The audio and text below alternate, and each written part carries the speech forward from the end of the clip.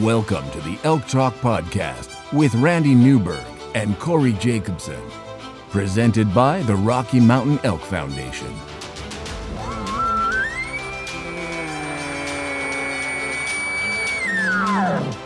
The goal is, what little you and I know about elk hunting, we share with people. I've got an elk building. It's like 120 yards away. What do I do? First off, the thought would never cross my mind when an elk's being 120 yards away to call anybody on a cell phone. All elk? All the time? Only elk? Only elk. Well, it's us having conversations, so we usually go down some rabbit holes, but If you hunt with Corey Jacobson, you will find the landscape is full of rabbit holes. We're just going to make this up as we go. and you look at it like, oh, that's a target-rich environment. But if you're trying to single one out, a solo target there is much easier to go into than a big group. We record everything, so there's no BSing, no lying, no faking it with us. Did we hit the record I thought button? I forgot to hit the record button. If you want to know something about elk hunting, this probably isn't the podcast to listen to. Should we give them a list of all the other podcasts where they might learn something?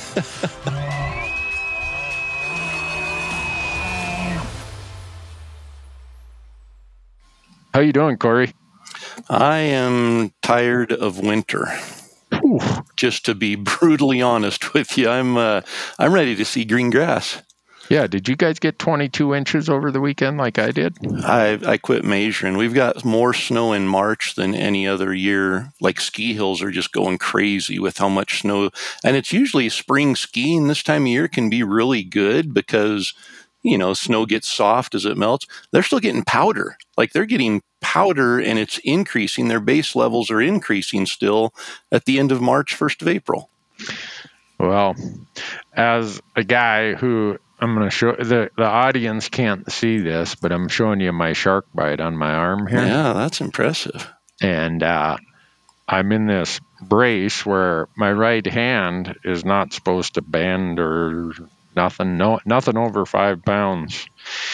Well, March has brought so much snow that my wife thinks I intentionally messed up my arm because I knew how much snow was coming in March. And she's been doing all the snow removal. I don't know what I'm going to pay for that, Corey, but I'm going to pay. You will pay. Yeah. So Saturday morning, I woke up and I looked and it was a complete whiteout. I'm like, uh-oh. I can't even see how much snow we got. It's coming down so hard. Well, my wife, she came and looked outside. She said, I'm going back to bed. I'm like, okay. I think that's code word for you should go do the snow even with your one good arm. Yep. So I did. Wow. And here's how stupid I am. About 2 weeks ago, I have 2 snowblowers. I have a little single stage Honda Jobby, and then I have like a great big track one that looks like 2 snowmobiles mounted together. Well, before I bummed up my hand, I took the track one over to my shop. It's like, any snow we get now, I can get with this small one. And well, I couldn't even get over to my shop to get that big one out of there. The drifts blowing up against the door were like 4 feet high. I'm like, well, heck with that. I'm going to have to use this little one. So I ran. If you've ever tried to run a snowblower with one hand, right, you got to hold the latch so that the auger engages. Now I'm going to need surgery on my left shoulder from pulling and pushing and pulling and pushing. I couldn't even imagine trying to run. That's a shoulder workout with 2 good arms. One arm, that's man. Yeah. And then I get our driveway done and I'm blowing it up. So, you got to point the blower nozzle at a certain angle to clear the snowbank now. If you get too close to the snowbank, you can't clear it. The snowbank's so high. So I get everything done. I come in the house. I'm like, man, I need a cup of coffee. And I hear, here comes the neighborhood snowplow guy. And what does he do at the end of my driveway? Leaves you a big berm. Yeah, he leaves me a berm big enough I can't even get my truck through it. So I'm back out there. But this has like chunks in it. So my auger is in this little, so I did it by hand. And my neighbor Michael sees me out there. So I got the shovel. I'm pushing it with my left hand, and then I can't use. So my right hand, they make me sling it when I'm doing stuff, so I'm not tempted to use it. So I'm in a sling. So I take my right boot underneath the snow shovel, and I kick the it back up. of the shovel. And I kick it up in there, and I push it forward at the same time. I got the whole end of my driveway cleared out like that, but it took me a long time. Oh, my goodness. I had all the neighbors walking by like, you gonna do, you okay? You gonna do this? I'm like, yeah, trust me, my marriage probably depends on it. My wife is in the house, and She's probably standing in the front window with a cup of coffee, just watching you. I don't know what she was doing, but when I came in the house, she said, "What were you doing?" I'm like, "I cleaned out all the snow." Oh my goodness, you're blah blah blah. Well. The snow broke for a little bit Saturday afternoon, and then we got another, 10 inches probably Sunday. And she's out there. I must have made her feel bad the first day I did it, but we're supposed to get 5 more inches tonight. We've been getting snow all day long today. I was supposed to fly this morning to go look for elk, and the pilot said, we're not going anywhere today. Yeah, it's and the crazy. next 3 days, he's looking at it going, I don't think we're going to get up this week. Like, there's not a break in the weather forecast. Yeah, we're supposed to get 3 to 5 inches of snow every day from, today's Tuesday through Saturday morning. Yeah. I'm like, I don't know how these critters are living in this. It's got to be tough, especially on the deer. The elk, I think, are pretty hardy and they can withstand it. But man, and a lot of the deer that I've seen have been wolf kills. The area I've been looking in all winter, there's more mule deer than elk there, but I've only found 1 dead elk, and that's the only elk I've actually seen. But man, the mule deer are just getting hammered by the wolves, not to mention, what they're going to be putting up with over the next 2 or 3 weeks here without much good feed and dwindling reserves. And if we lose any elk, it's mostly going to be, I think, the old of the old, and probably maybe some calves that were born late and weren't able to get enough fat on before the winter. But everybody in town is still skiing. Yeah. Turkey season opens in Montana in 2 weeks. As does bear season in Idaho. And I guarantee you the bears are going to be laying in their dens, and they're going to poke their nose out and be like, my clock must be off. I'm going back in for another month or two. Oh my gosh. I mean, in Bozeman right now, it's like there's no place to put the snow. Yeah. Every street, you drive through these residential streets, and there are cars that got plowed in when the plow did come by. Like, there's one guy over here not too far from my office building. They must have hit a chunk of ice or something that took out his driver's side window. And I mean, it's like, how do you take care of that problem? Yeah, I guess you wait till summer and you call your insurance company and say, hey, no, it's crazy. But I guess all the fishermen I'm talking to are like, boy, we'll have good water flow this summer. Well, it doesn't flood you out in Washington, And I just keep waiting, because the longer we get into April, the more chance of a sudden warm up and all of this snow coming off at once. If it started gradually warming up now, it could be a phenomenal snowpack and runoff. But man, we saw some of the flooding last year on a light winter that can occur when it gets warm fast. With this much snow and the moisture content in the ground that we have because of the moisture we've received, it could be a mess. Yeah.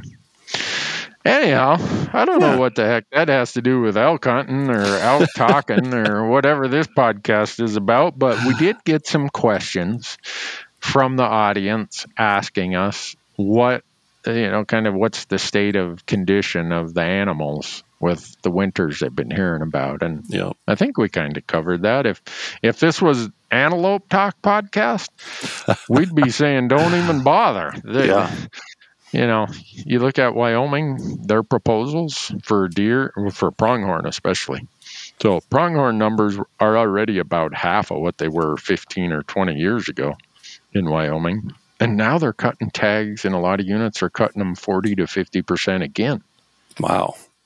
But, a pronghorn at the back is only about what? Maybe 35. Yeah, I was going to say 3 feet. Yeah.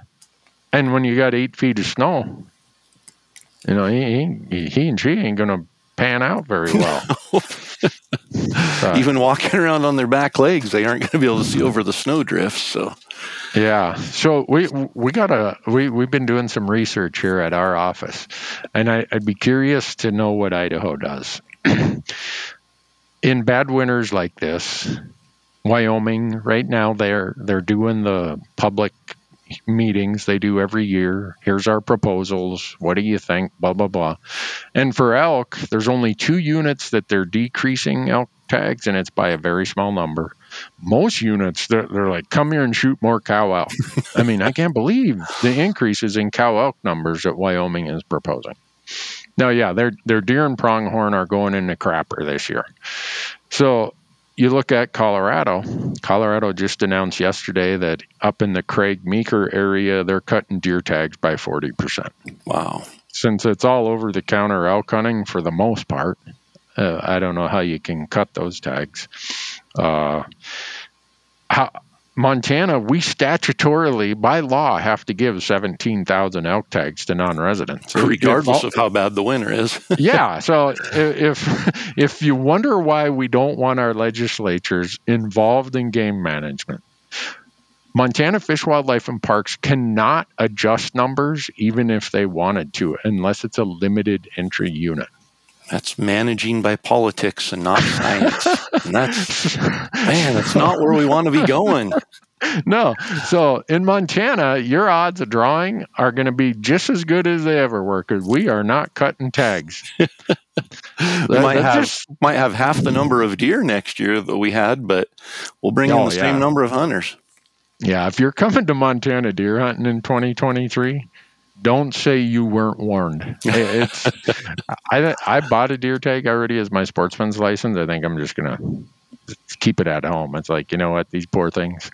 Yeah. But it gets to my point of, in Idaho, are you guys going through like a season setting process or a quota type process? Or Nope. No, we don't do it either. We don't do it either. And they, legislature recently introduced a bill, and it's making its way through to set shed hunting seasons to protect wintering wildlife, which we could go on a rabbit hole on that it won't work. I sent them a long letter explaining why shed seasons don't work to protect animals, because 1,000 shed hunters turn into bird watchers and coyote hunters overnight, and they're welcome to go out there and chase the animals around. But, what they're doing is giving the Fish and Game the authority to be able to set a shed season if it's needed to protect wintering big game. So, when the legislative branch gets involved in that way and proposes things where they give Fish and Game tools and authority to be able to do things, that's great. That's the way it should be working. But when it comes the other way, and the legislators are the ones who are setting and demanding shed seasons and setting the dates for it, and, like you said, setting the minimum number of tags that have to be sold every year, that's not biology. That's not science. No. But here's the good news of a lot of this moisture. Nevada, Arizona, New Mexico, that had been in, probably 30-year droughts, but the last 4 years, 18, 19, 20, 21 were like really, really bad droughts. They got really good moisture in 2022. This winter, they're getting excellent moisture. So those states do adjust tag numbers a lot. I mean, every year they're up and down based on, and they're more moisture sensitive in their numbers. We're more like cold and snow sensitive. But you give Nevada, Arizona, Utah, New Mexico, maybe another 2 years of good moisture. Yeah. And history has said that Arizona and Nevada particularly will raise their numbers. So I'm hoping we get that moisture, and I hope that their numbers rebound enough that they can get back to where they were because kind of weird. We sound like farmers, right? The weather never, no matter what the weather is, it's bad. Yep, too hot, too dry, too much snow. So my point was I wanted to put a little bright spots out there that there are some agencies, unlike Montana and Idaho, that go to every species for every district every year, and they adjust up and down, or maybe they keep it the same, but it's a conscious decision to keep it the same, based on what they want for a harvest. So some states do that, some don't. I'm not sure. And Idaho, they manage. They do a good job with the limited funding they have, but I think they fly every 3 years. So, they'll fly for elk in a region 1 year, and then they won't fly that region again for 3 years. So every 3 years they're doing counts to see where the objective is compared to what the actual population is. And then if something's needed, they can adjust it. So it's not and every year they aren't reacting to a hard winter. It might be delayed by a couple of years before they do anything, and by then it's too late, and so nothing usually gets done anyway. Because you guys publish your regulations in 2-year cycles, right? Yeah. Yep. I download your booklet. It's good for 2 years. Yep. Okay. Well, people think we're picking on them. It's just when you have demand on a resource and you have all these other factors of habitat, encroachment, development, weather, disease, drought, noxious and invasive weeds, predators. They might have been able to get by with that in 1976, but it's harder and harder. Yeah. In 2023, it's a little harder to say, well, that's how we've always done it. Yeah. So, now we're going to get a bunch of emails from those two agencies saying, hey, why are you picking on us? We're not picking on you. We're just saying this is how it's working in each state. Yep. And I admire those states that go through that work and go through that effort every year. And we might complain about the years that, can you believe they cut tags? You know what? They have to. Yep. They really are doing the right thing. And when they bump tags and increase tags, we should be there giving them the pat on the back when they do that also. Yeah. That's our job. That is what hunting is used for, is managing. And if they have a tough winter, then we're going to have to give up some opportunity. That's our job. That's, we say we don't need to be involved in the management of it. Hunting really doesn't have a need that is going to be sustainable out there. And so we've got to be okay. And it, I think as long as they're using science and they're doing counts and everything, if they come back and say, hey, our deer population in this region, the mortality on the fawns is 60% this year, you look at what that's going to do in 3 years, it's going to be a big deal. And if they don't do something right then, if they do something then, it's going to smooth things out over the next 3 to 5 years a little better. But just letting nature manage itself and us carrying on as if nothing happened, it's that's as big of a disaster as letting nature manage nature. Yeah, man, I ended up in a really crazy debate on that topic last week. Oh, did you? Yeah, I got sucked into one of those. Wow. Mother Nature will take care of herself. I'm like, yeah, you're probably right. If all of us would just pack up and leave the continent, restore it back to how it was before Columbus hit, shores in 1492. And you know what? Yeah, it worked back then. Yep. But when you move all the elk and deer and pronghorn and everything else to the very margins of what their traditional habitat is, and you make them crossroads and highways and, new reservoirs, and you disrupt their migration corridors, and you do everything else where they really don't have a natural path to follow. They don't have the escapement. They don't have all the other things they evolved with. And then you say, well, we're going to throw a bunch of, whatever it is. I don't care. You can say wolves. Wolves is better, and say we're not going to manage that part of it. Yeah. Everything will have its nice, easy, natural cycle. No, it won't. That is a fantasy land. Yeah. Yeah, let the elk migrate out into the plains like they used to, where they can use their eyes and see a wolf coming from 3 miles away and stay out of its way. And yeah, nature might be okay managing nature, but there's subdivisions and cities in those areas now, and the elk are forced, like you said, onto the very margins of that winter ground. So not only are they not getting the feed they need, they're up in snow. They don't have near as much room to roam. They're basically trapped in a drainage. And now a pack of wolves comes in there and runs them until they die or kills them, causes them to stress and abort fetuses. And now everything is compacted there, and it's due to human encroachment, where Mother Nature is not Mother Nature. She's on hospice. I mean, she's in a wheelchair, and she doesn't get out and see what she needs to be seeing and take care of things like she did before. So we have to help her. Yeah, Mother Nature is on hospice. I like that. But that is where this person and I agreed. We said, there's just too much human encroachment I don't know if we said too much. I think it was kind of agreed upon that the impacts of humans are significant and having an impact beyond what we can really address. Yeah. And when the person said, well, we just have too many people in this country, I replied, are you volunteering? Yeah. Are you the first volunteer? I'll pay your freight. What does too many people mean? Does that mean we have to eliminate some? I mean, what are we doing? We're there. We can't go backwards.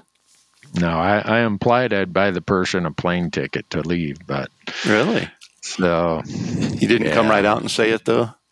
I didn't. There's the old saying, give a fool enough rope and they'll hang themselves. Yeah. I don't know why. I must have really been bored that day, but it was someone who has a pretty large following, and I'm like, this is BS. This is just BS, okay? I get it. I don't want to get rid of all the wolves. I want them managed, okay? And I know it doesn't fit the popular narrative. The popular narrative is that, everybody gets along with, the elk and the deer and the pronghorn. They all go to the wolf or the coyote and say, hey, now here's 2 of us you can eat today. But you got to be good about it, and you got to be quick about it, and don't waste any of it. And then come talk to us next week, and we'll see what we got. We'll get you 2 more. Yeah. But just eat what you need. Yeah. That's kind of the implied narrative, right? And I'm more into this idea of showing the ugliness, if you want to call it that, by human standards. But the reality of what a natural world is never has been this comfortable place. And then you take humans, and I raise my hand as I'm one of the contributors to it. I'm here. I've got a house. I drive a vehicle. I demand resources. I'm as guilty as everybody else. But you can't deny, when you have that collective amount of humanity putting pressure on resources, on space, on habitat, on just the quiet and serenity that these animals need, you can't deny that it's a broken equation. Yeah. And we'll never get the equation back to how it was before, settlement. But we have a responsibility to do the things we need to do that help that process. And that's what we call conservation. Whether it's the funding, the advocacy, the habitat improvement, the prescriptive fire, how we hunting, hunting, how we adjust season types, how we set seasons in management of the predator side of the equation. Yep. And I know people want to just focus on that predator side of the equation. We're all, we can all be guilty of it, but it's a necessary part. And very few people I talk to are like, kill them all. Occasionally I hear people say that, and then I get in arguments with them. I'm like, you know how stupid that sounds? Listen, I would love to have no wolves. That would be ideal. But the reality is that's never going to happen again. I mean, they're here. They are not. We have to manage them, and we can manage them to a reasonable amount, hopefully. But as badly as I want to kill them all, it's not the reality. And so to sit there and say that, I mean, first off, how are you going to kill them all? There's no way we can. Yeah, it's not going to happen. So that's not even a valid argument to have in the first place. Yes, we're disappointed that we have them. Yes, we recognize the effects they're having, but start with killing one. Don't say kill them all. It's usually the people who say kill them all who haven't lifted a finger to actually do anything to help manage them. Yeah, isn't that the funny part? You go down to the coffee shop or whatever, and Uncle Pussgut is there with his big belly hanging over his knees, and he's like, "Yeah, them damn wolves." And I always ask him, I'm like, "Well, have you been out hunting them?" Well,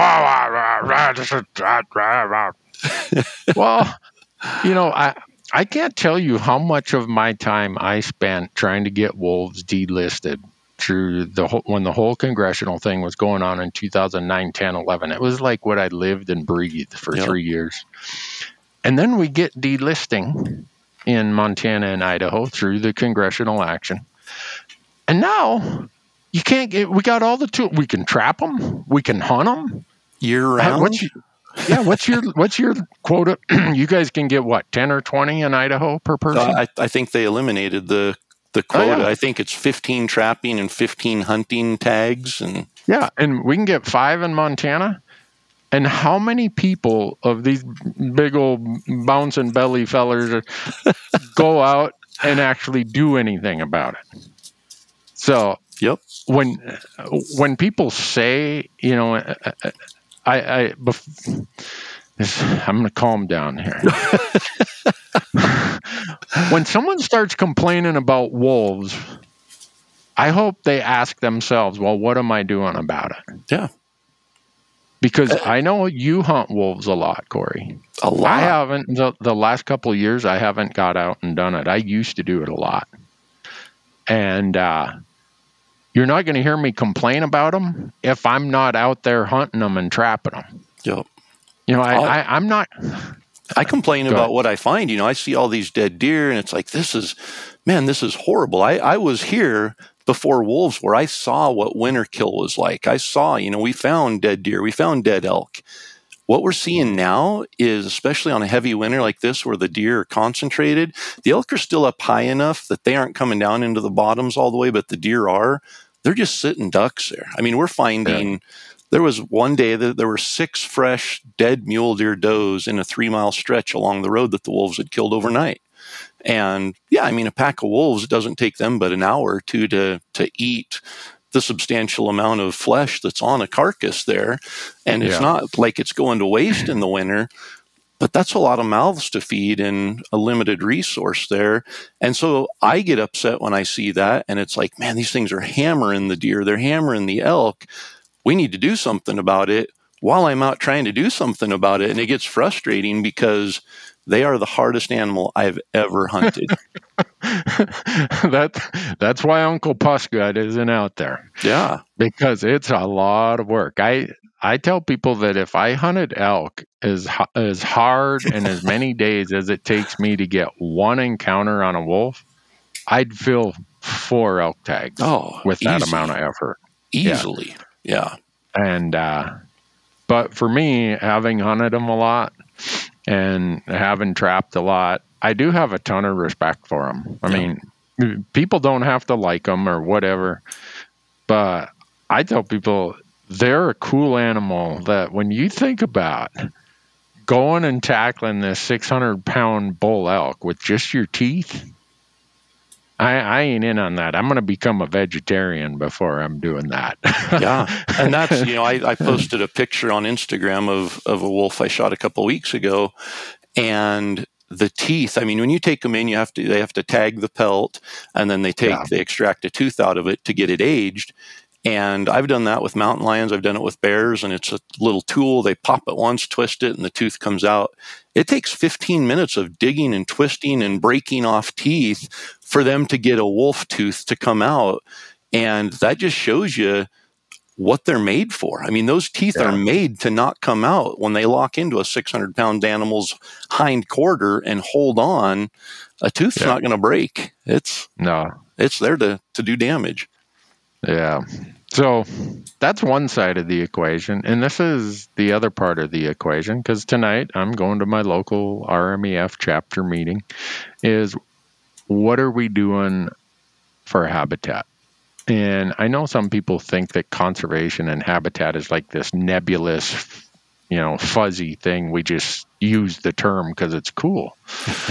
But, there's logging and thinning treatments, there's prescribed burns, there's the spraying of noxious weeds, there's all kinds of things that make the landscape more productive for wildlife. Yeah. And none of that is easy, and none of that is inexpensive. Yeah. None of it's cheap. Well, look how many members the Rocky Mountain Elk Foundation has, and what percentage of those members who are dedicated enough to send a check in and to be a member, what's the percentage of actual volunteers who go out in the field and do some of that habitat work? Yeah. It's a fraction. They've got 11,000 volunteers, 11 to 12,000 actual volunteers. And they've got 200 and it bounces probably 230 or 40,000 members. So 5%. one out of every 20 members is an active volunteer. And I get it. I understand. I go to our committee and I'm just blown away by how much time and effort these folks put into this. And they're already busy people. It reproves the statement that I learned back in college. If you want to get something done, ask the busiest person in town. Yep. These folks who volunteer for our committee, they're got businesses, they've got families, but they're still getting it done. And so I'm just so struck by what remarkable people they are. And I'm just, our little committee here in the Gallatin Valley of, we've got about 20 of us, 25 of us, but you replicate that in all these other places. And so that's the other part of this that I would like to encourage people to think about. What are you doing? Okay. I kind of ridiculed my Uncle Pussgut for not going out and hunting wolves. And am I going to get in trouble for using that term? That's the term my dad used to use. Anytime he saw and my dad had a big beer belly because my dad drank a lot of beer. So anytime he saw somebody bigger than him, he knew that guy's a pussgut. I've never heard that before, but I was almost in tears laughing the first time you said it. Really? Uncle Pussgut. It comes off my tongue like, and button 4, it's like just part of the vernacular where I grew up. So when I saw you just about fall out of that chair, I'm like, I threw one out there. I might get in trouble for it. Anyhow, I was kind of making fun of that part of it. And there's some sincerity to the message I'm trying to get across is on the predator side, we got to be doing our part there. But one thing we know, all the science has proven, is that the better the habitat, the more resilient the herds are, and this is deer, elk, pronghorn, whatever, the more resilient they will be to predation, to the effects of winter, the more abundance there will be for hunting.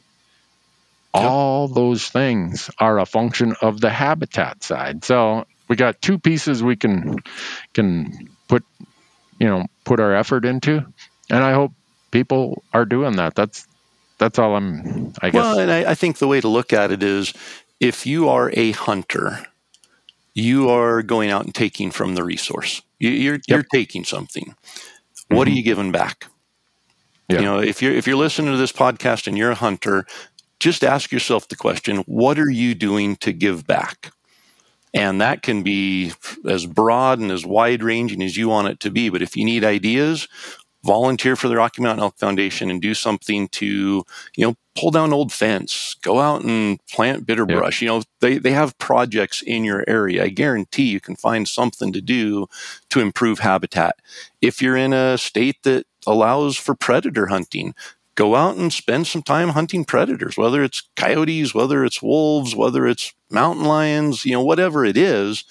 They have an effect on elk, and by managing them, you're giving back to the ecosystem. I mean, whether it's, like I said, habitat, predator management, there's a lot of other things. And, I think being a member of the Rocky Mountain Elk Foundation or some of these organizations is a great start.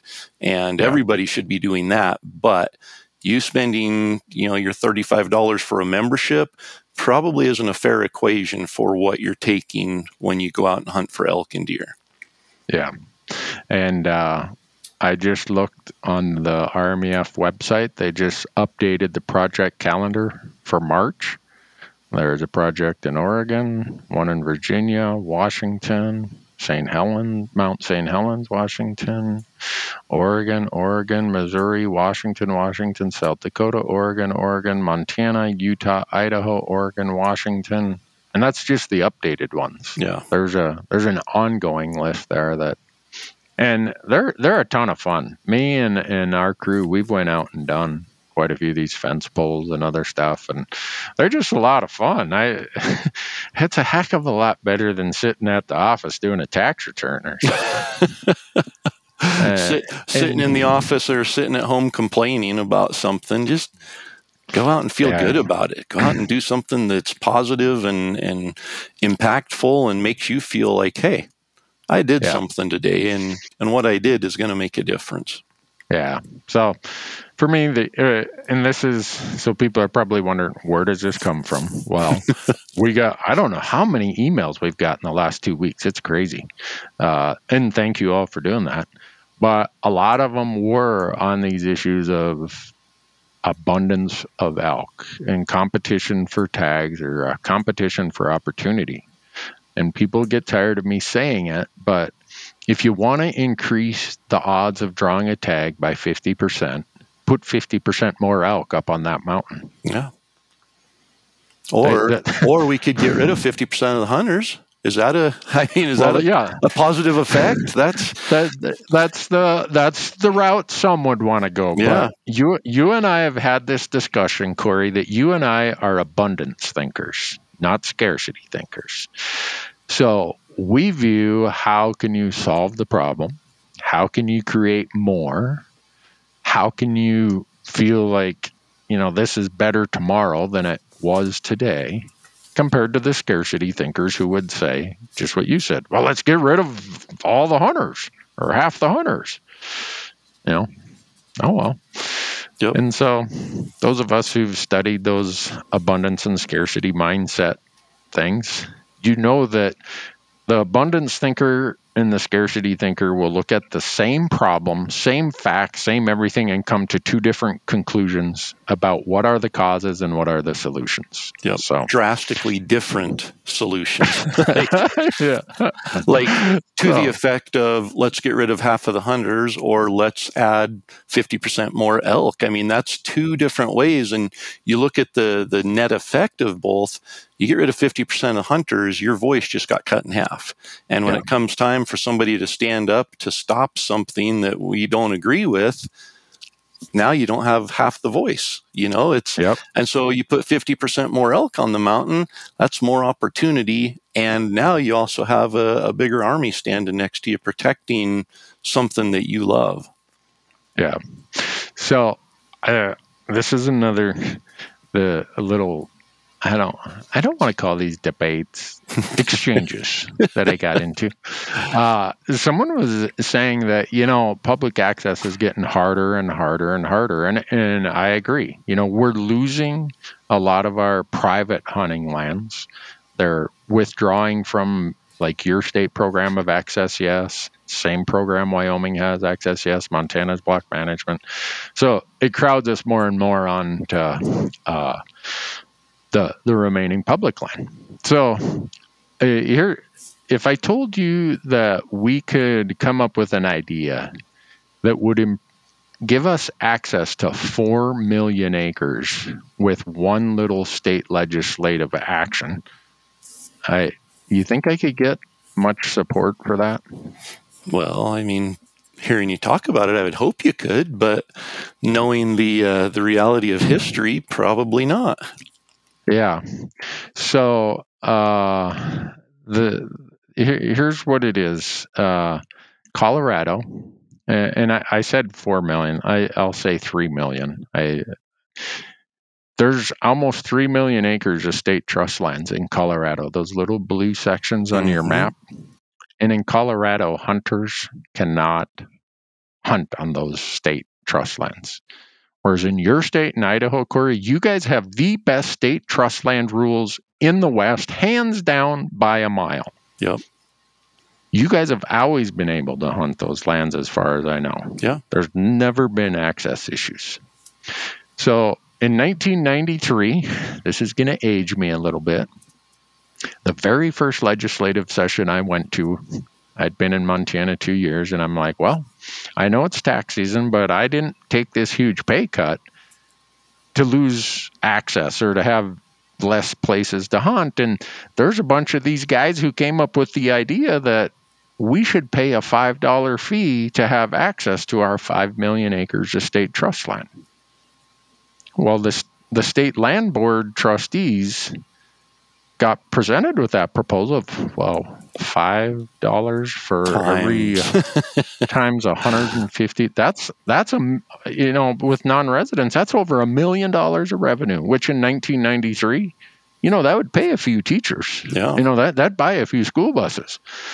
And so through one act of legislation, and there's still some hard feelings about this, some people will never forgive, but we as the hunters got access to the 5.4 million acres of state trust land in Montana.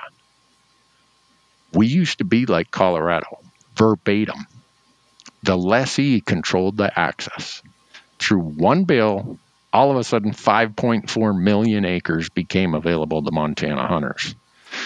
If Colorado could pass that bill and offer to pay some amount where they're trustees of their school system, because in the West, all the state land boards, they manage that land for the school systems. We're talking almost... Are all states mandated to make a profit, yes, manage the land for the most profitable purpose? outcome? Yes. Yep.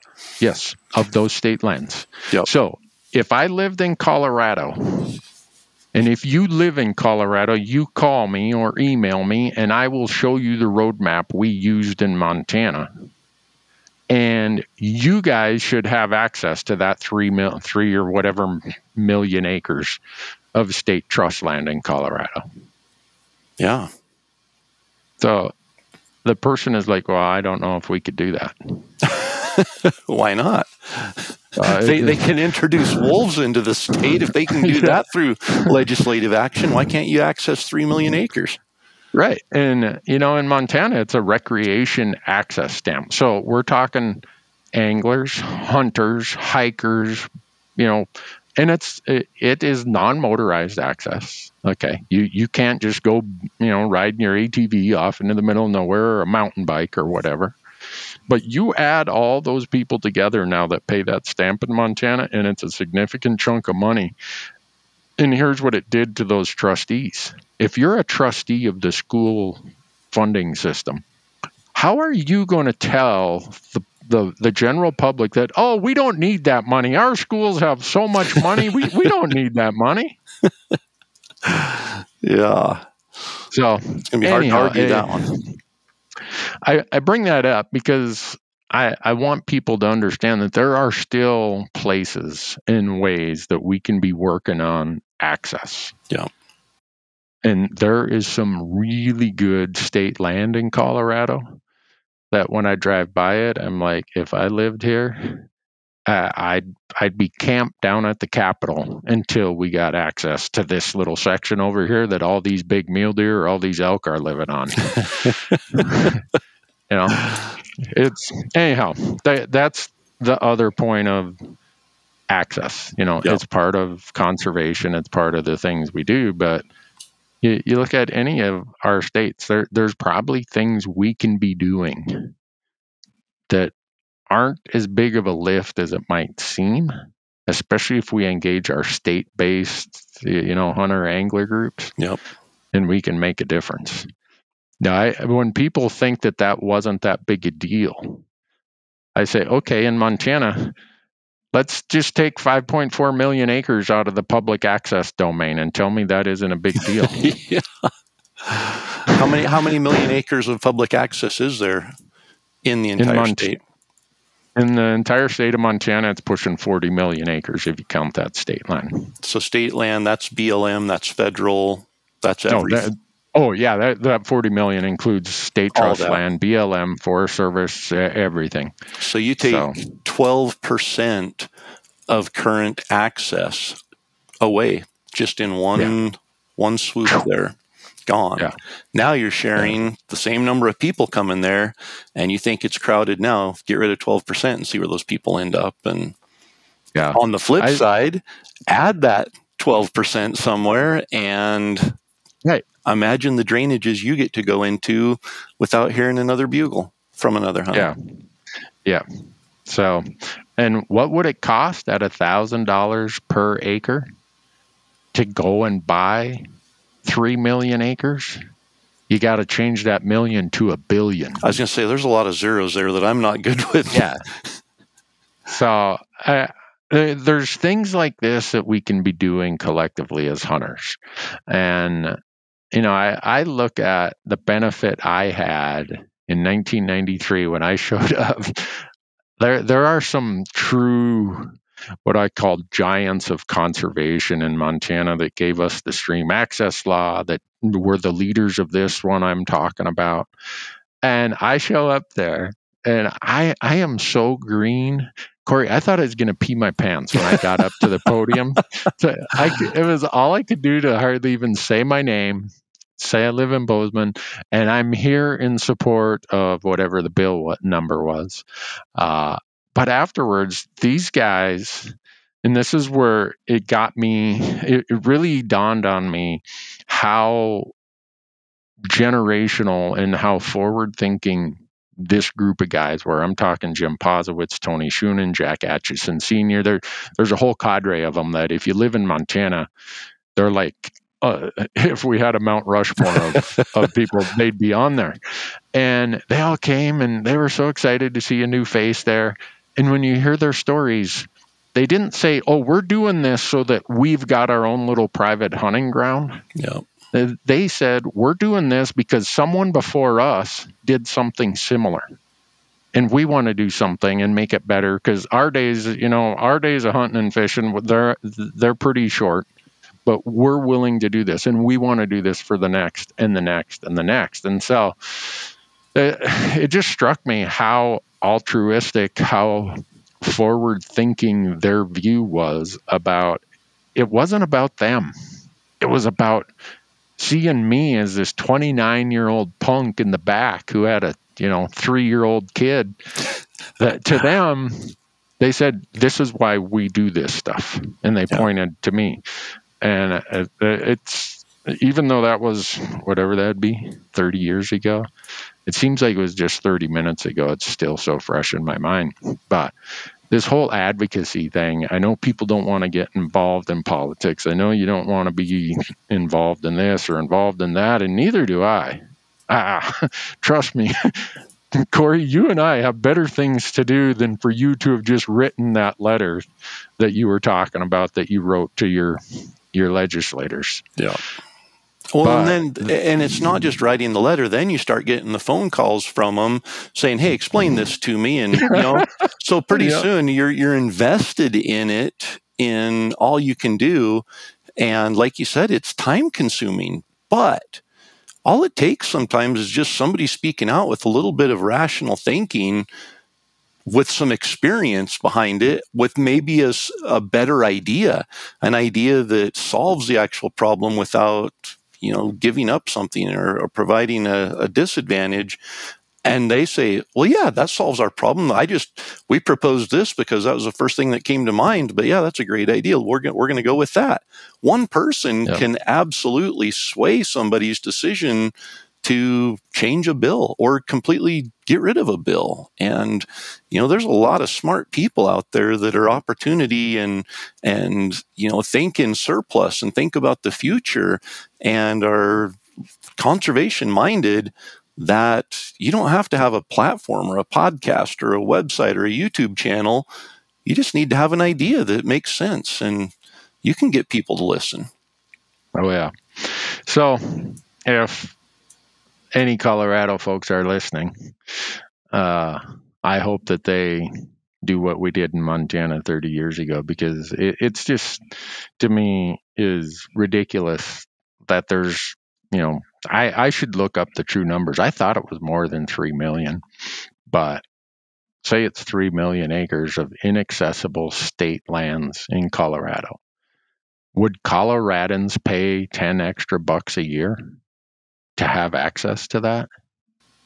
Would non-residents pay $25 or $35 to be able to have access to that when they come out? Start doing the math on how many hunters come out there and would have to pay for that. And think about how many little one-room schoolhouses you could build. And I'm sure somebody's going to say, Newberg, you don't understand. Things are different in Colorado than they are in Montana. You know what? I get it. They are different. Yeah. But I'm here to tell you there is a solution to that. And you start knocking out chunks of access to the tune of 1 million here and 3 million there, you're making a huge difference. Oh, yeah. And now I'm, all the Montana guys are going to be, gee, Newberg, I knew you were old. I didn't know you were that old. But you want to know the funny part of that was some of our CPA clients left, were mad over that. Because really? They were leasing the state ground, yeah. and they had exclusive access to it. Yep. I'm like, I don't know what to tell you.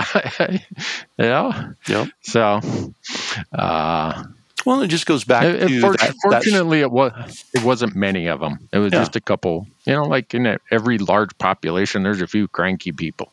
Yep. So, no matter what you do, you're going to lose a friend when you pick a side.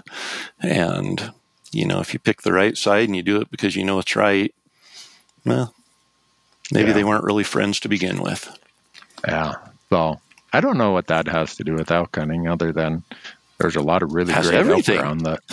Yeah. So, and the other part why I want people to have access to their state lands is I don't want them to become like Nevada, where their politicians sold 99% of their state lands. Yeah. Well, the state of Idaho has been sued for not living up to that mandate of doing what makes the most profit off of the land, forcing them to sell land.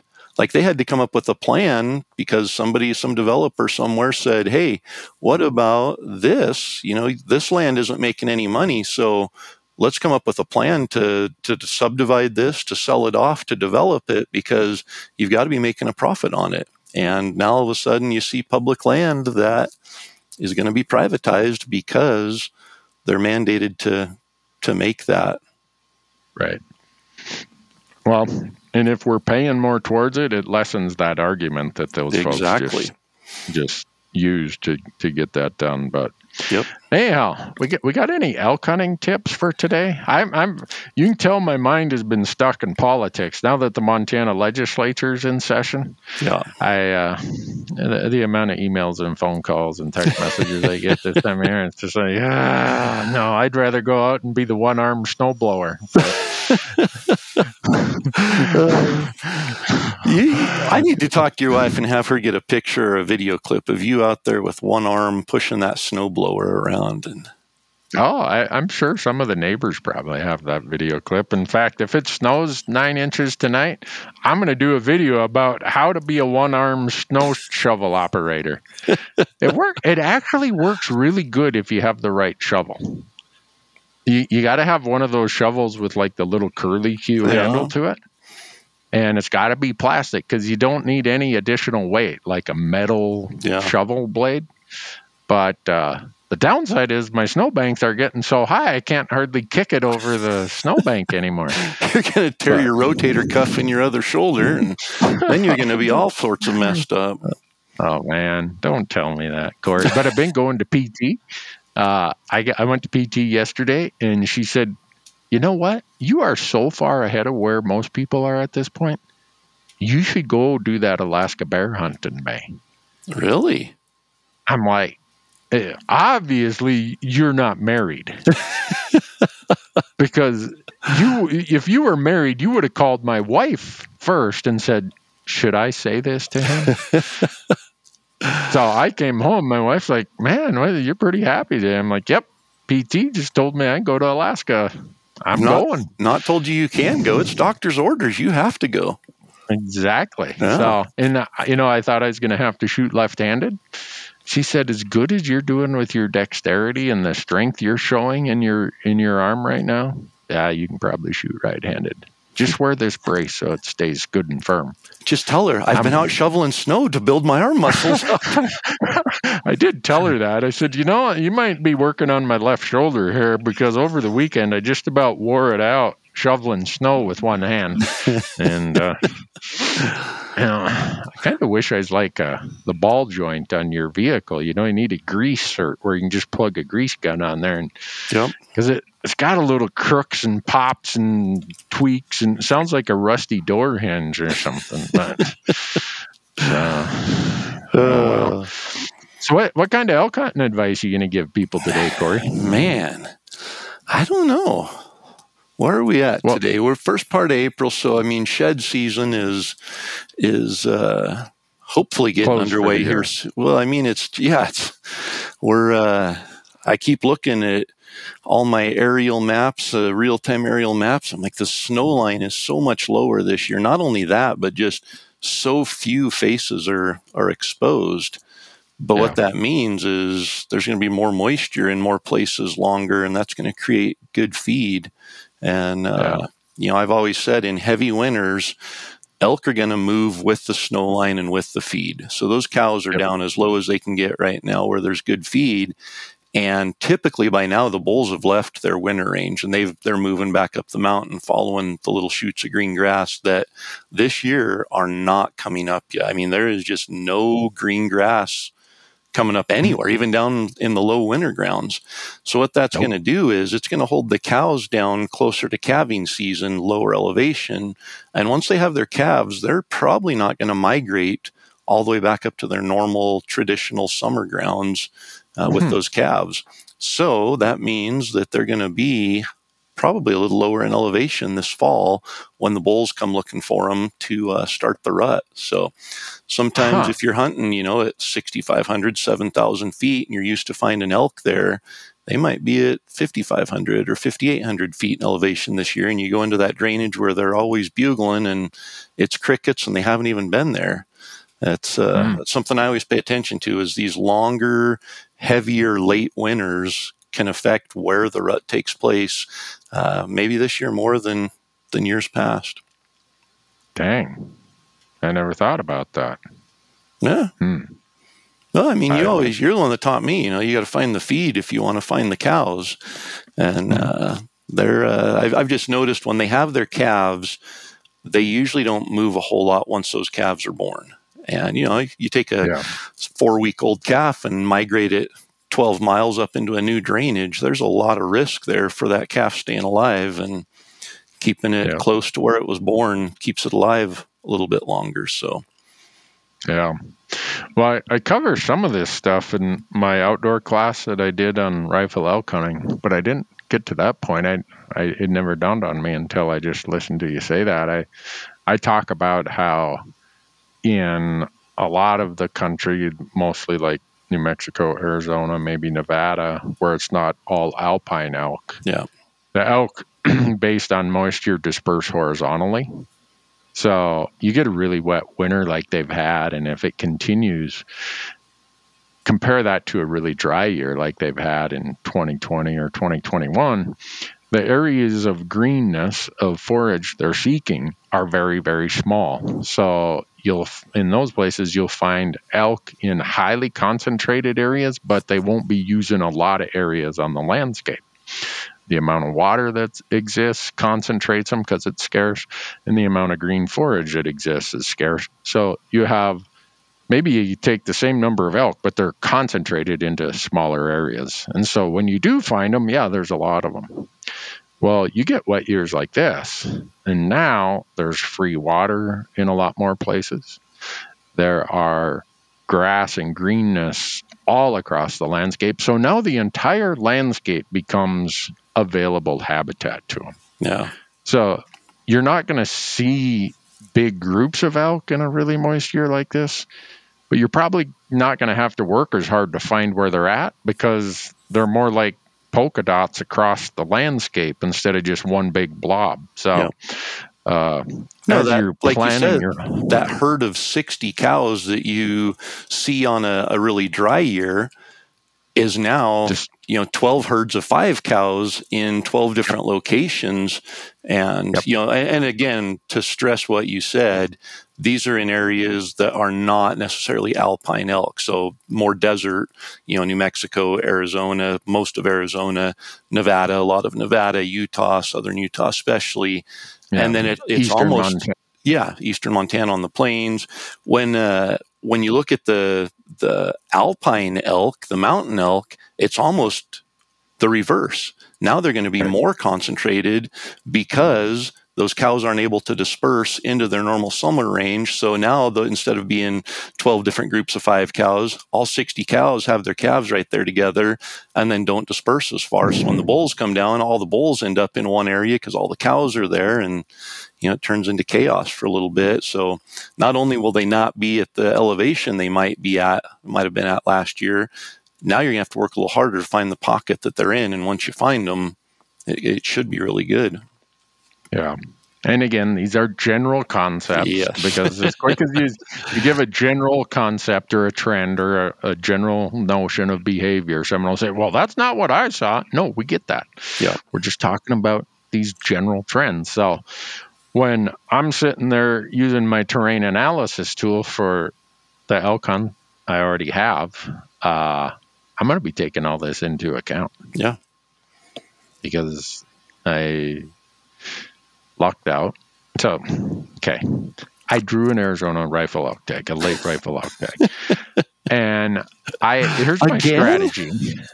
Well, I haven't drawn since 2017. So, but it doesn't seem like that long ago to have an Arizona tag. I know, but here's the thing, right? I have my loyalty point and I have my hunter ed point. So I don't go back to 0. I start out at 2 once I draw. And then they give you 2 choices. So I always make my first choice something, the odds of that are so slim. But you never know, some year I'm going to get one of those lucky random numbers and maybe I'll get my first choice. I'm trying to remember if I've ever drawn my first choice in Arizona. I don't know that I have. But then you get a second choice. And my second choice, some people will say, oh, that's a crappy hunt. You don't want that. You don't want this. And so I'll make my second choice, something that's 15%. And as I build more and more points, it gets closer to 30%. So if one of my choices has 30% odds, I figure every 5 or 6 years I should draw. Yeah. And I'm not applying, trust me, this is not a rifle run. No, but I'm elk hunting. Yep, in Arizona. In Arizona. So that's kind of my strategy and my approach to it. And I get it that some people say, look, if I'm going to spend the time to go to Arizona, I want an early rifle or an early muzzleloader, or I want this archery tag. I get it if that's what you want. I just want to go. I'm an old man in a hurry, I want to go. So I can't tell you how many waypoints I have marked on my terrain analysis. It's pitiful. But I've been spending a lot of time and I'm taking into account. So Brady Miller out at Go Hunt, I don't know if you saw the recent article he did about the value of moisture maps and drought maps and snow-tell maps. anyone who hasn't seen that needs to go and see it. And I've got them all bookmarked. And it's a crazy amount of moisture that Arizona is getting. Really? And yeah, I'm like, okay, this creates some benefits because it's going to have all this feed for all these elk in Arizona. Yeah. I mean, it's a big arc. It stretches through Nevada, Arizona. Well, I think the whole Rockies probably. And, but it does create some challenges about the fact that now the elk could live anywhere on that landscape. It's like, there's going to be so much feed. There's no place that they don't have as quote unquote usable habitat. So I'm going to have to be way more mobile to find these, the bull that I'm looking for.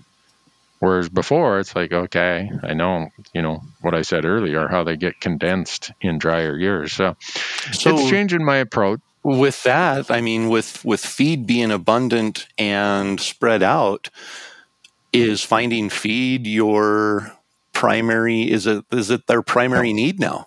What's their primary need that time of year?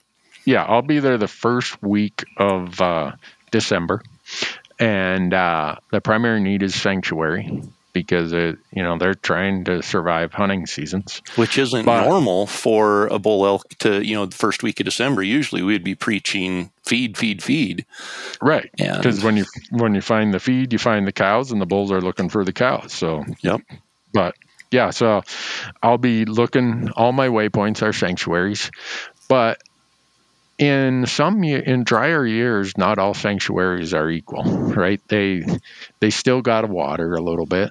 And they're looking for those nasty spots that are still going to have a little bit of feed. So maybe there's a canyon with a little corner to it where that corner didn't get dried out in the dry summer. It's still a little more lush. Okay, those are the pockets I look for in a dry year. Now, it's like, well, every tank is full of water. Every little bottom has water. There's going to be grass growing everywhere. These things could be anywhere. Yep. So you just have to find the best sanctuary, which is usually going to be the worst terrain. Yeah.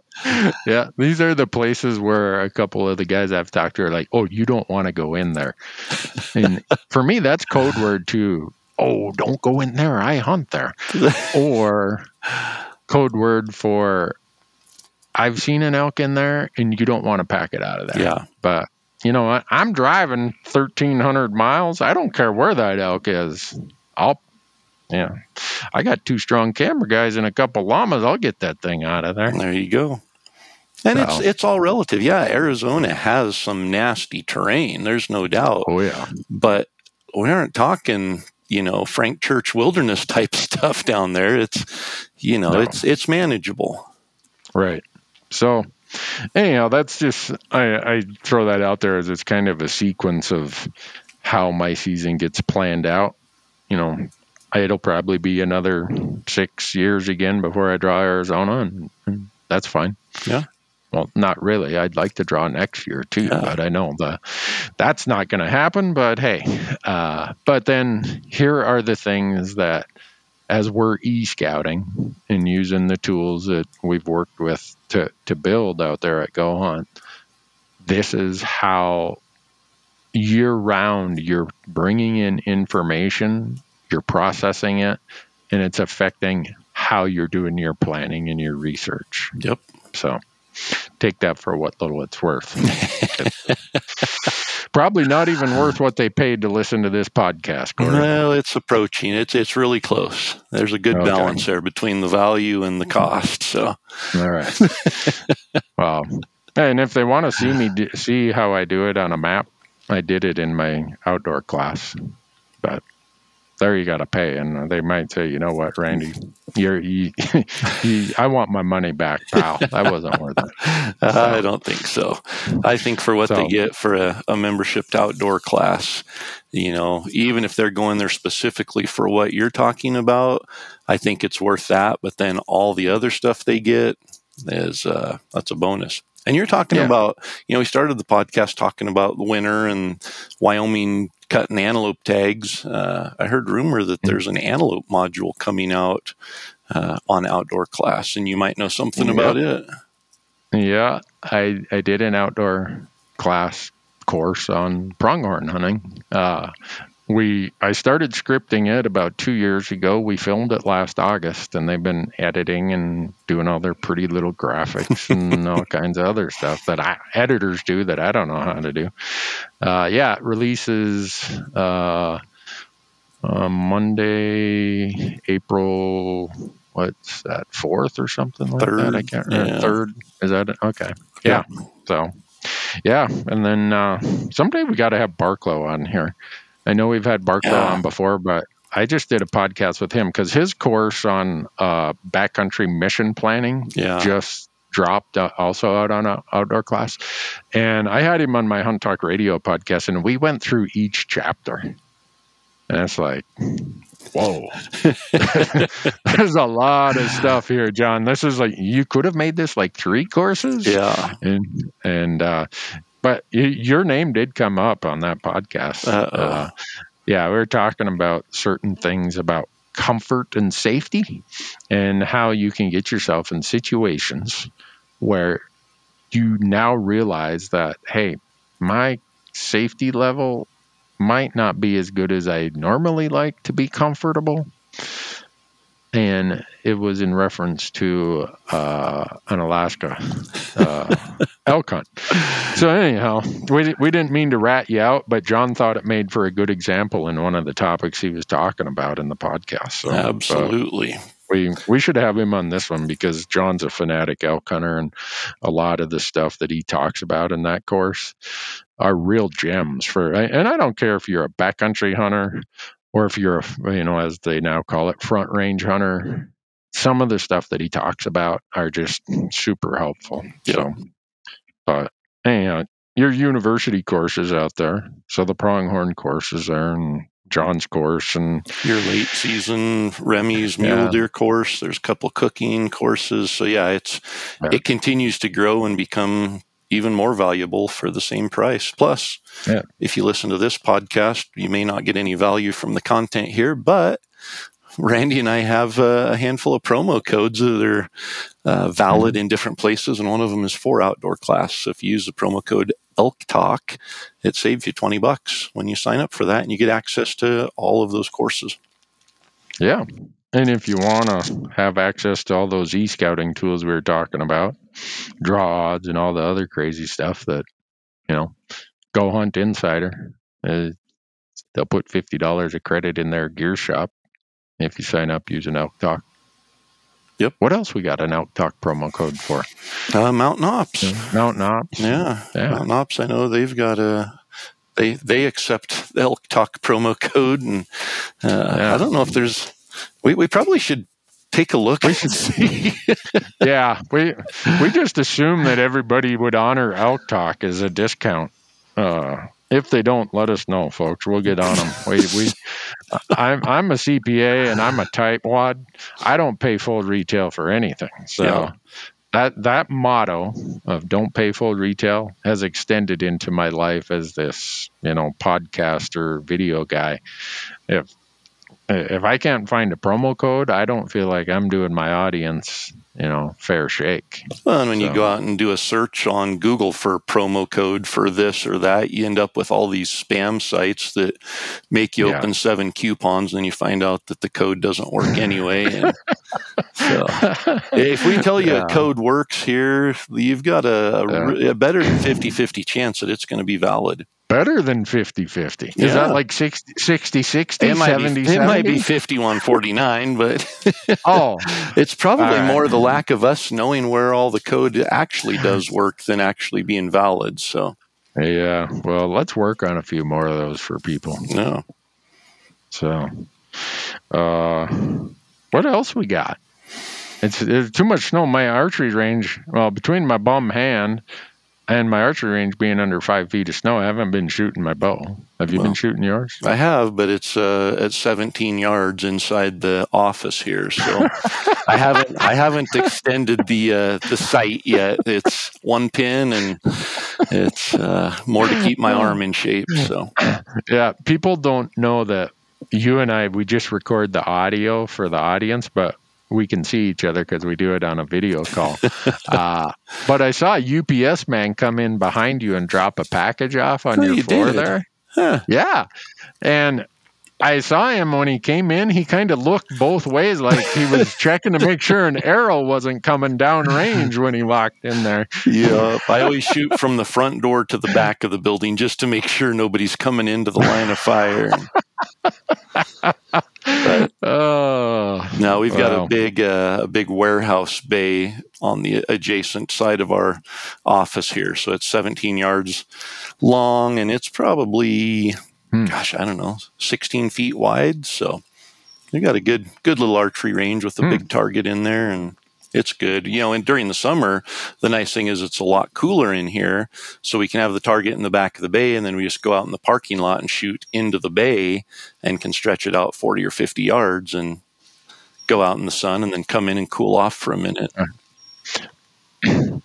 I hope your liability carrier wasn't listening to that part. There's no liability in that. Okay. As you see, we see the UPS guy driving around with an arrow through his forearm or something. Oh, you must have been delivering to Corey and Tyler and those guys. We're rural enough here that the amount of traffic that goes by on a day when we're shooting our bow is pretty much zero. And if somebody does drive by, usually they stop and want to shoot their bow. Well, we're out shooting too, so. Yeah, my biggest temptation when I'm shooting my bow is my neighbors have chickens. And they come strolling by when I'm out in my archery range, and all I can think of is, boy, that's just about like a grouse. I wonder if I could. Just gonna say, yeah. But I haven't shot one of them yet. I don't think Karen and Myron would really care if I did. My dog ate one of their chickens one time. Oh, and yeah, they're wonderful people. One time, their daughter and son-in-law lived the other side of me, and the chickens were in my yard, and I stepped in a big wad of chicken poop, and I was cussing because, I got chicken poop on my shoe, and I got to get to work, and I chased the chickens out, and their daughter and son-in-law must have heard me, because the next day I get a bang on my door, and here's Karen with 3 dozen eggs. Wow. I'm like, thank you. What's this for? Yeah, so I'm dumb, but I'm not stupid. I think I could connect the dots of what was going on there. Yeah. But, if you're in my neighborhood and you got chickens, trust me, someday the temptation is going to be more than I could bear. I can't believe that you've maintained it this long, because I see what goes on in your eyes and your head when you see a grouse. And if a chicken was just the right color, I don't know if you could overcome that natural, instinctual reaction to chase it. Man. Start quivering and twitching and all kinds of stuff. But so far they've been safe. But if you read about the Bozeman newspaper, some guy shot his neighbor's chicken with a bow. It just, kind of like trying to tell your dog not to go and fetch the duck or something, And just, well, the good news is I see what the way that your mind registers when you see a grouse, but I've also seen your shooting proficiency when you shoot at a grouse.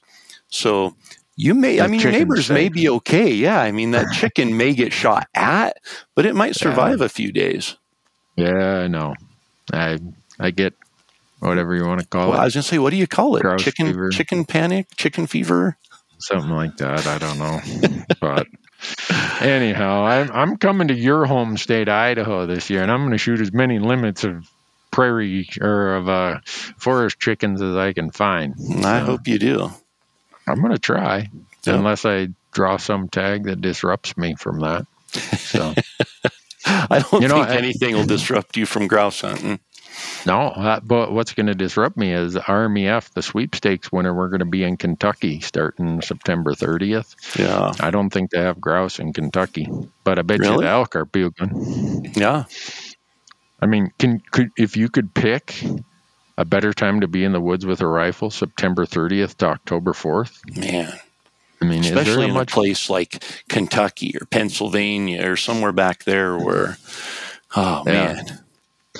Yeah. Don't be setting the expectations too high, Corey, because if I go back there and I flub it up and I can't find an elk, I'm going to, This guy, Mike, he sounds like a great guy. He's counting on me. That's good. He can count on you. The pressure's on. I was going to offer, well, I don't think Corey's doing anything the first week of October. He'll come and call for us. No, that's our week for our Outfitters for Hope hunt. So, oh, well. I'm already on the calendar there. Yeah. No, can't miss that.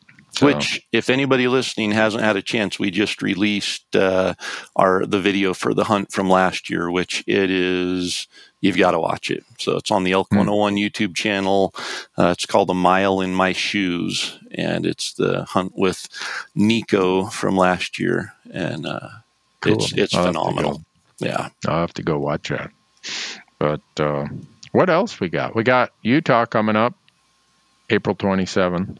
Yep. If we haven't already scared people off from applying there, the deadline is April 27th. And yeah.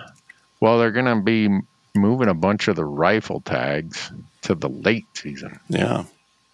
And then they're going to have that late spot and stock archery season in December. So that might be an opportunity for somebody to snag a tag that they otherwise wouldn't have got. Yep. And then let's see. After that, we got what's Nevada, Oregon. Oh yeah, Nevada. Oregon, Oregon. Oregon's May 15th. I applied in Oregon this year. Did you really? Yeah. My son is like, "Hey, Dad, you still got a point for some of these things. If you would apply again, you'd have a second point." And he's got some hopped up idea of where we can go with llamas. I don't know. In Oregon? In Oregon. The guy ain't right. What's Nevada this year is May 10th? May 10th. I like Nevada, though, because they turn it around within 8 days. Yeah. I don't know why the rest of the states can't do that. We know why they can't do it. Well, we know why they don't do it. Yeah. We just don't know why they... Yeah. Yeah. So, if Nevada can turn around in 8 days, Idaho turns it around in 3 to 4 weeks. So, I mean, that's not terrible. But Montana, we do it in like 2 weeks. But then the problem in Montana, we get ourselves in a hurry and we issue more tags than what the quota was supposed to be. Like one year, everybody who applied in this pretty high demand unit got a tag, or it said you drew. Yeah. And they're like, oh, now what do we do? Yeah. Well, they gave a bunch of extra people tags. Like last year, the same thing. They're like, oh, yeah. Oh, I don't know why this is so hard in Montana, but we have not had a draw in the last 4 years that was according to what the regulations were. So that just, you just may have slipped out an application strategy for Montana. Yeah, deadline. Pick the hardest unit to draw and just apply for it. Mm-hmm. And they might just accidentally issue you. I'm not going to lie. My first 2 tags in Arizona, which I've drawn it twice, I've drawn archery rut tags. First time took 4 points and the next time took 3 points.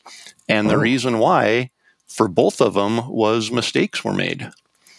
No way. Yeah. The first time was when the U.S. Outfitters sued the state of Arizona for discrimination of non-residents, and the state had no choice but to issue an equal number of tags to residents and non-residents. And they'd already issued the tags. So say they gave out 5,000 tags to residents and 200 to non-residents.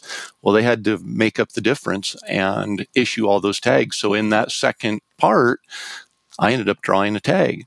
And then the next time that I drew in Arizona was 3 years later, and it was the year that a very large tag application service didn't recognize the deadline and didn't turn in tens of thousands of applications on time. And so there was a massive reduction in the number of applicants that year due to that mistake. And I drew that year also. Yeah. So I didn't draw that year that company made that big mistake. But this is going back a ways. When I heard that Arizona might honor their applications, I hired an attorney. Really? Said, yeah. I hired an attorney and said, look, all the rest of us read the instructions that this is where you mail your application.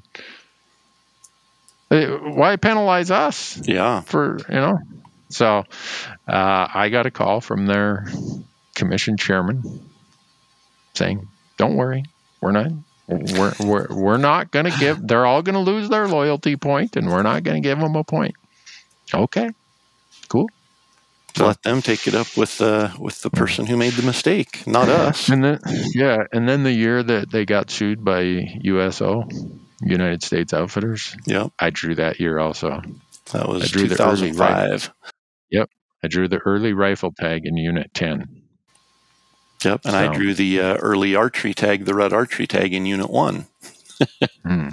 Dang. Yeah. I thought it was clean living. Now you're telling me that it was because of a lawsuit. It was because of errors on other people's parts. So what I'm saying is maybe use that as an application strategy and just count on the state of Montana making a mistake, and you just might get awarded a tag even though you didn't deserve it.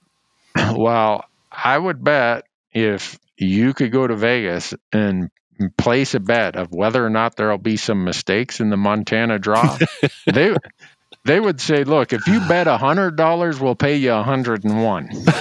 That's how good the odds are that that history says something's going to be messed up. But did you see March 22nd was supposed to be the deadline in New Mexico, but they had a server crash, so they extended it by another day.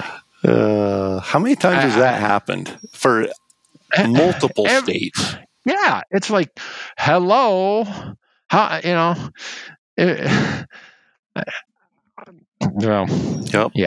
happens all the time. So, but don't count on that as kind of your way to get an extended deadline. But I appreciate that Montana has been turning it around quicker. I just wish they'd stick to however many tags got approved. Yeah. A plus or minus 50% really isn't, helping things out a little bit here. That's not how we use the management tool of awarding tags and hunting. Yeah. So, oh, well. Other than that, the last state we got, Corey, is your home state of Idaho. Yep. June 5th. I think June 5th. I haven't looked to make sure, but that's always the date unless it falls on a Saturday or a Sunday or something. Yeah. Well, I got to figure out what I'm doing in Idaho. You guys have never given me a controlled permit. Yeah. We're pretty stingy with them. Yeah. Yeah. Yeah, I got to buy this $180 non-resident license to apply. And then you get no more than 10%. You don't even have a set aside of 10%. It's just if you draw, then you get the tag unless it's over 10%. But so let's do the math on that in Idaho. I'm now, let's see, over 25 years into this. Let's say an average of $150 per license, plus tag fees, application fees, and then you charge us that goofy transaction fee. I bet you I'm $180 a year into it at least, average, times 25. Ooh, bad. Don't do that, Randy. If I was to guess 5,000, 5,500, somewhere in there, I don't know. That's the calculator here. I don't know what it is, but if I would have earned a little return on it, 4,500. That's not that bad. My donation. 25 years, 4,500. I mean, it's my donation to the cause, I guess. Yep. There's a lot of states where I make those kind of donations. But I guess I could spend it on something else, like golf balls or tea time. There'd be nothing wrong with that. There's just a lot worse things you could be spending it on too. So trust me, there's a lot worse things. So I could, any money I don't spend on hunting or hunting gear is mostly a waste. Unless it's on my wife. Oh, the last podcast, you bailed me out. Remember I told you that Matson's Labs, when they heard about my arm, they sent some flowers to my house, and I came home on a Friday and my wife was really had that look about her, like, and who are these from? Why? And they were for me. Flowers for Randy. So as quick as we got done recording that podcast, I just about broke the speed limit heading down to the florist here. And I came home with yellow roses, her favorite. Man, that's probably how I got relieved from snow shoveling duty. Yeah, it wasn't. She didn't feel sorry for your arm. No.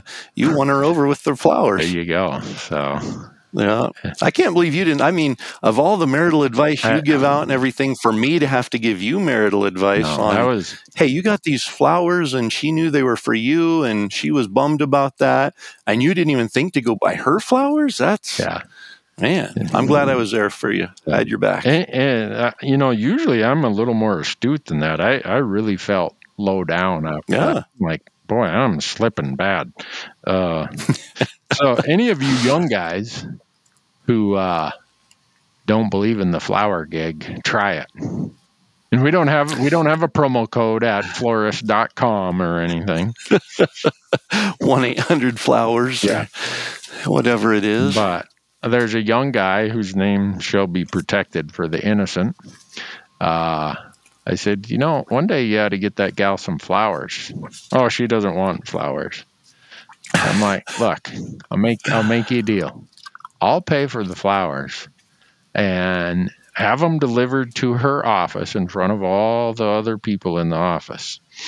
And you call me I do this on Friday afternoon, just after lunch, and you call me on Monday and tell me whether or not I got to reimburse She you. likes flowers. Yeah. And if it didn't work out, I'll reimburse you for them on Monday. So I talked to him on Monday. I'm like, what do I owe you for them flowers? Nothing. All right. No. I might be old and I might be dumb, but I'm not stupid.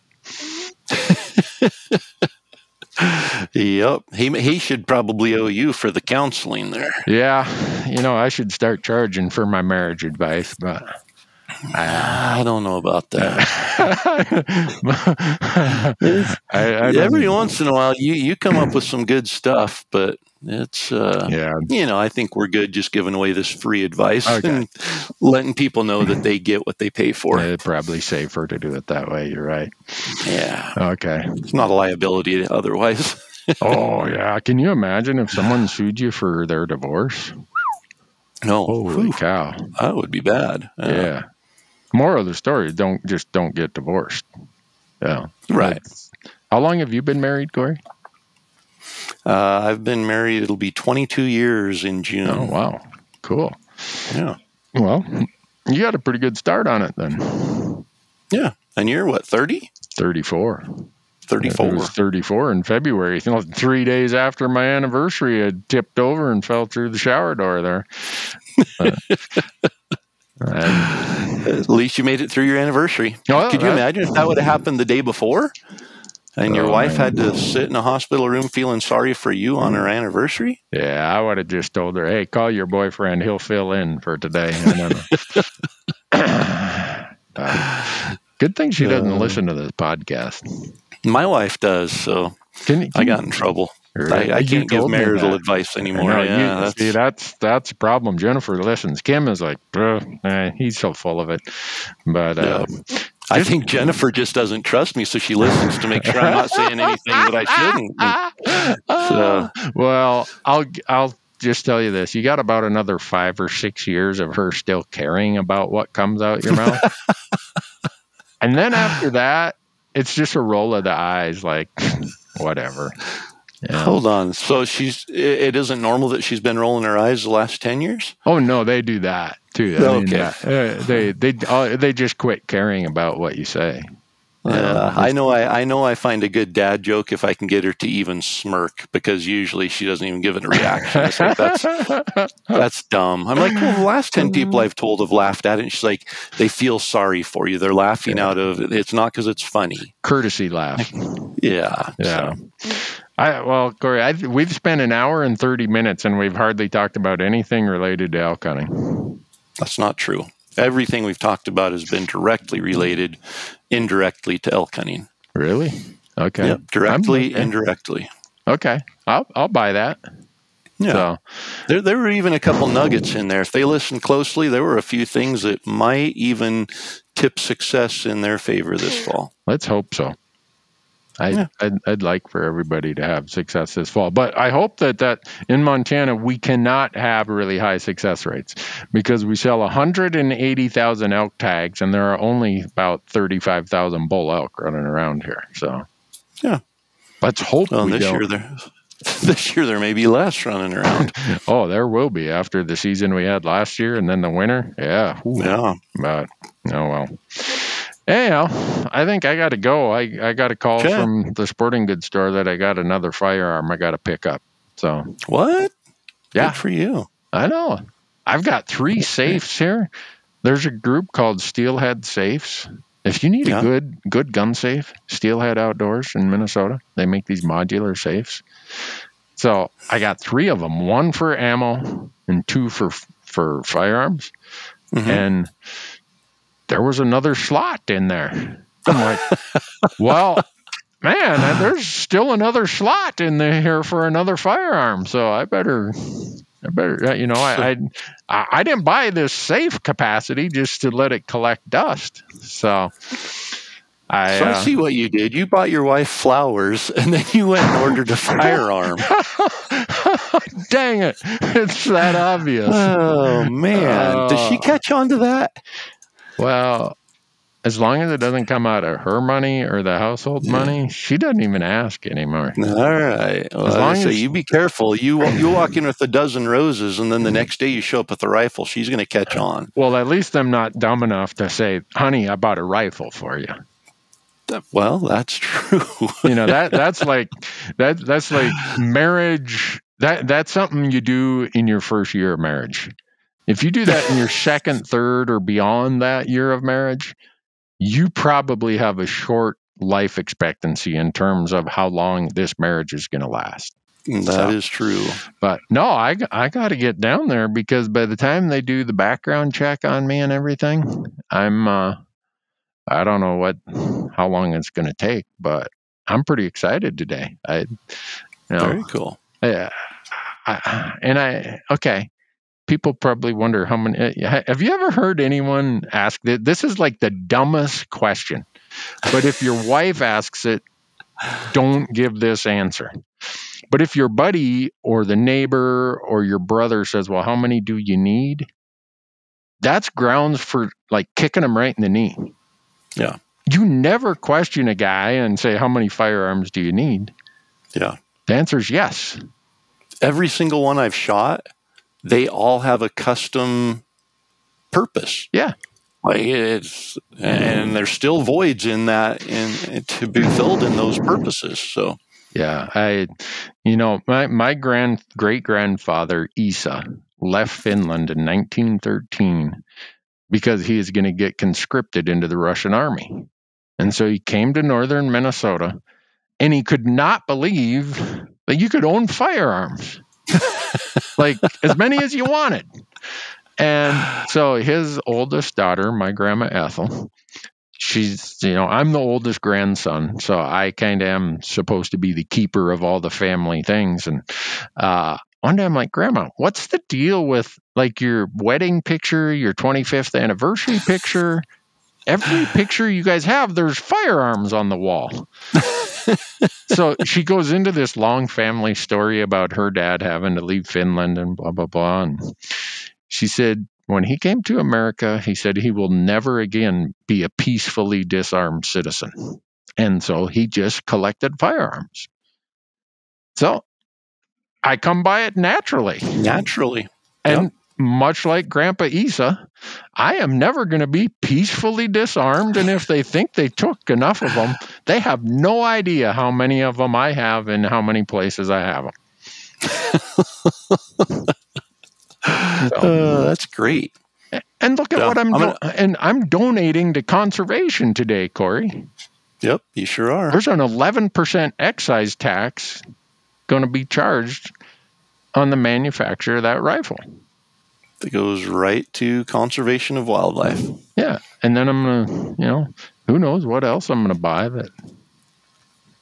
So you can't go in and pick up a rifle and not buy something else. I mean, you at least have to buy a box of ammo or targets and all the other gun stuff. case. I mean, you have to have a gun case for when you take it out of the safe. Yeah.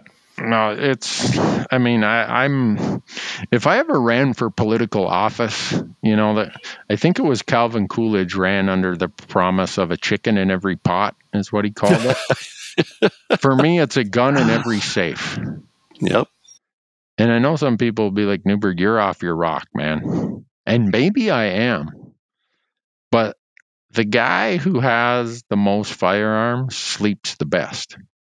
Yep. And when you get my age, you need all the sleep you can get.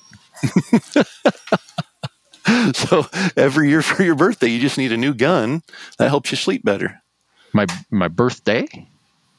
Well, I mean, Father's at a minimum. Day. Yeah, Father's Day, Tuesday, Valentine's Day, Memorial Day. Most of the days that end in Y. Yeah. Nah, I'm sorry. I just, that's just the way I am. Some people blow their money, they go to the beach or something. Yep. I ain't going to the beach to get a sunburn. If I'm going to get a burn, it's going to be a powder burn. Okay. Every time I drive by the beach, I go to some place, I'm like, how many firearms that guy could have had? No, he got suckered into going to the beach. What he should have done is send his sister-in-law to the beach with his wife, saved the sunburn, and he could have bought 2 or 3 new guns. And if they were gone long enough, maybe even 4. Yeah. So, I don't know. I know I got a strange view of the world, but we better leave before I say something even dumber than I probably already have. But man, I don't know. I think you're spitting wisdom now. Yeah, I bet you if I ran on a platform of, guns in every safe. Yep. I'd probably get elected in a state like Montana. You could. Yep. Heaven forbid that maybe would not happen. City Council in Bozeman or anything. No, not City Council in Bozeman. That's the guy who shot the neighbor's chicken. He hunts wolves. We can't vote for him. That's right. Oh, gosh. Anyhow, we better let him go. You get down there and pick up your new firearm. I am. You can tell I got a big smile here. Yeah, you do. Yeah. I can't believe you're still talking. I would have just dropped the headset and walked out already, but. All right. I'm going to do that. Thanks for being here, folks. Yep. We'll catch you on the next one.